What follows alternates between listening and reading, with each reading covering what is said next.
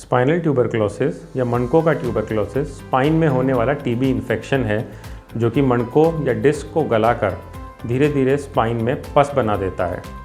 Spine का tuberculosis किसी और ट्यूबरक्लोसिस की तरह ही होता है जिसको कि हम दवाइयों से पूरी तरह से ठीक कर सकते हैं।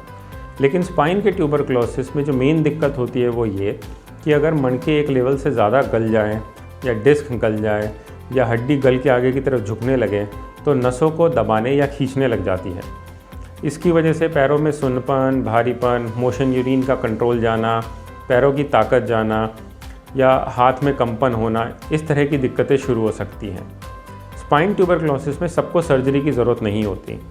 अगर हम जल्दी ही स्पाइन ट्यूबरक्लोसिस को पकड़ लेते हैं तो सिर्फ दवाइयों से और रेस्ट से ही ये ठीक हो जाता है और कोई सर्जरी की ज़रूरत नहीं होती। सर्जरी की ज़रूरत तब होती है कि अगर मणके इतने गल जाएं कि कूबड़ बनने लगे या फिर नसें दबने लग जाएं जिसकी वजह से सुन्नपन, भारीपन या चलने में दिक्कत हो या पैर में क्रैम्प्स पड़ने शुरू हो जाएं या पैरालिसिस होने लग जाए, तब हमें सर्जरी की ज़रूरत पड़ती है।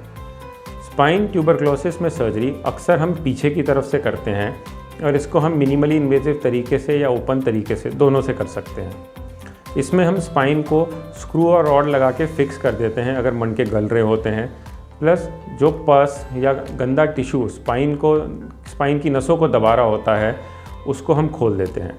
इसको डीकम्प्रेशन सर्जरी कहते हैं, जिससे पैरों में ताकत वापस आ जाती है, चलना फिरना फिर से शुरू हो जाता है और मोशन यूरिन का कंट्रोल भी वापस आ जाता है।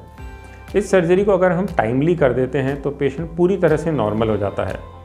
सर्जरी के बाद भी मरीज की 9 महीने या 1 साल के करीब तक दवाइयाँ चलती हैं, लेकिन सर्जरी के बाद कम से कम हम मरीज को ब्रेस पहन के चलना अलाउ कर देते हैं जिससे कि नस पे दोबारा असर नहीं आता। स्पाइन ट्यूबरक्लोसिस पूरी तरह से ठीक हो सकता है, टाइमली इसका इलाज कराएं।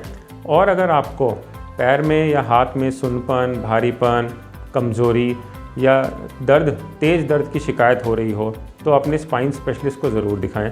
हो सकता है आपको सर्जरी की ज़रूरत हो। अगर आपको हमारा ये वीडियो पसंद आया तो हमारे चैनल को सब्सक्राइब करना ना भूलें और ज़्यादा से ज़्यादा शेयर करें।